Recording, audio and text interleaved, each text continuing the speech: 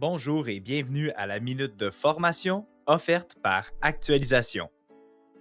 Cette semaine, nous allons voir l'empreinte carbone au travail. L'objectif est de voir comment réduire son empreinte carbone au travail.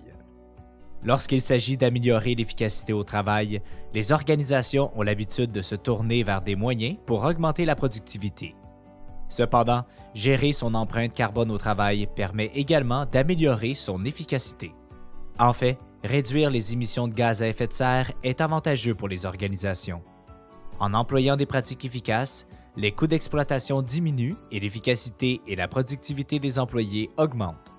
Cela s'explique par le fait que des employés, surtout les milléniaux, préfèrent travailler pour une organisation où ils peuvent avoir un impact positif sur l'environnement. Leur satisfaction au travail augmente ainsi la productivité. Il existe plusieurs moyens pour réduire l'empreinte carbone d'une organisation. Voici quelques mesures à mettre en place. Les déchets. Afin de réduire les coûts de l'élimination des déchets ainsi que les coûts d'achat, utilisez des ustensiles, des assiettes, des tasses à café et des verres réutilisables. Fournissez des essuie-mains en papier compostable.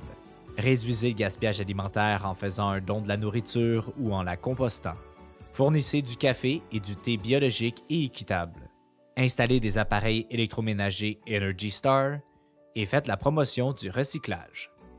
L'espace de travail. Optimisez le chauffage et la climatisation en installant un système à haut rendement énergétique qui fournit un thermostat idéal pour votre espace. Ceci réduira la facture énergétique. Et choisissez un éclairage de bureau efficace en installant des lampes d'ailes et des lampes avec variateur, en maximisant la lumière naturelle et en installant des minuteries ou des détecteurs de mouvement qui peuvent éteindre la lumière lorsqu'elle n'est pas utilisée. Une culture sans papier. Aujourd'hui, très peu de documents ont réellement besoin d'être imprimés, surtout puisque tout est conservé en ligne, dans des courriels et dans le nuage sur un réseau partagé. Cela veut dire moins de coûts, plus de rigueur et d'organisation avec les documents, plus de collaboration entre collègues et une augmentation en efficacité. Les déplacements efficaces. Encouragez les déplacements en vélo et en covoiturage. Proposez des avantages pour réduire les coûts de transport en commun ou pour l'achat d'un véhicule électrique.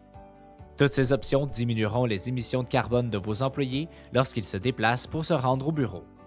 Quoiqu'il existe de nombreuses autres mesures qui peuvent contribuer à réduire son empreinte carbone, la mise en œuvre de certaines des mesures présentées ici vous mettra sur la bonne voie. C'est ainsi que se termine la minute de formation de cette semaine. On se donne rendez-vous la semaine prochaine. Pour en savoir plus sur nos programmes de formation, visitez notre site internet à actualisation.com ou contactez-nous au 1-877-688-0101. Actualisation, formation et conseils depuis 1970.